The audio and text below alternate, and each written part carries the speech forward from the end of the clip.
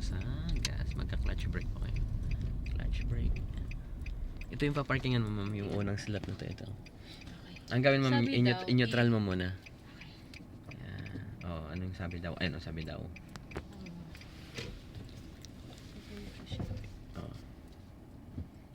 Natandaan mo ba kung kagaya niyan, di ba nakita mo ba yung unang line? Ang mahalaga kasi ma'am, kita mo yung unang line. Di ba ito? Di ba Ay, oo, tama. Kasi ito yung pangalawang guhit, pangalawang line kumbaga, di ba? Tapos nakatapat yung side mirror. Tapos full turn. Parang tapat naman siya. Tama. Sakto siya. Sige. Naka full turn ka naman gear 1 mo ngayon. Paano mo malalamang aatras ka na? Ha? Paano mo malalamang pag, di ba magda-diagonal ka? Pagdating mo doon, paano mo malalamang magre-reverse ka? Hindi, ang sinabi lang niya sa akin, kuya, ito sa line. Gaganon lang ako. Hindi ko yun pwedeng lagpasan.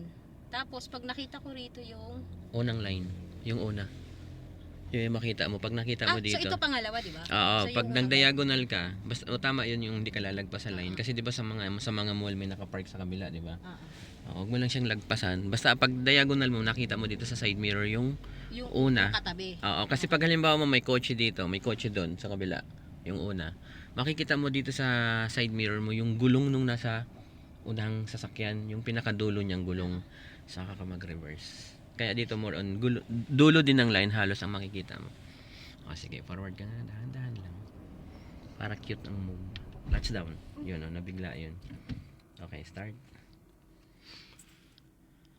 Namatay yun pag gano'n.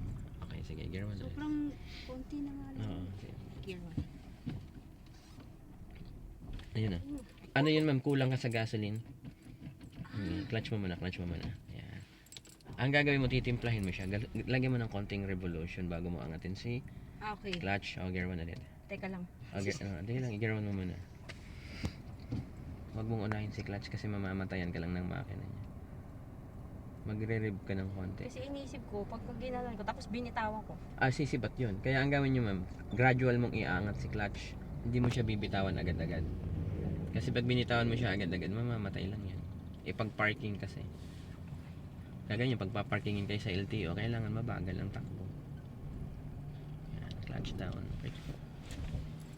Ang bigat ng brake. Sige pa ma'am, konti pa. Kasi dulo pa lang yung nakikita natin Dapat yung pinaka yan, brake po. Yung pinakalikod ng clutch po kayo nanginginig yan.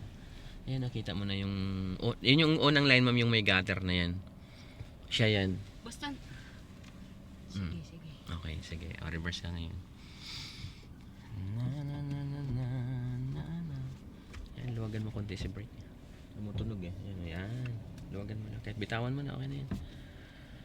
Sa atras dahan-dahan. Tapos hintay mong lumabas doon, ma'am, sa left mirror. Yung unang line. Yan, konti na lang. Clutch down. Sumobra yung atras mo. Pansinin mo, tabingi ka konti. Hindi ko po. Di ba mahaba yung stopper dyan sa left mo? Dito wala yung stopper dito.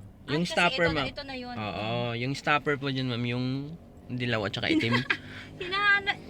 Hinahanap ko yung linya. Wala kasing linya rito. Oo, gutter po ang nandyan. Oo.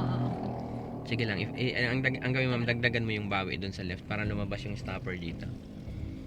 Sumobra lang yung atras mo. Nasagarin ko, kuya. Sige lang, okay lang. Para hindi ka malito pagbalik.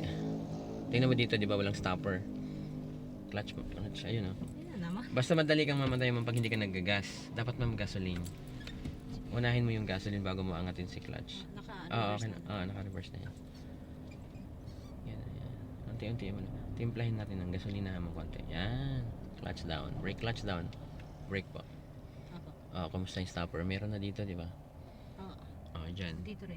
Okay. Balik mo sa dalawa. 1. Yan, tama na yan. Okay, gas ka ulit. Atras lang. Gasolina ka pa rin. Yan, basta umakyat lang yung gulong sa unahan. Sige po.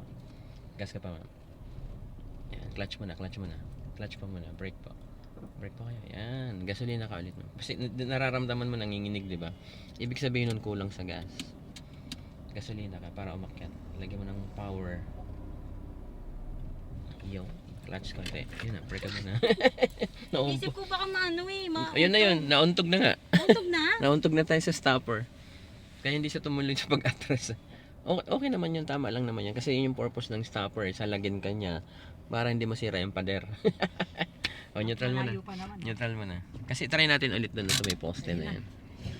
Ganyan lang yan. At least na-try mo ano. Kasi kailangan mo lang mamtandaan yung simula.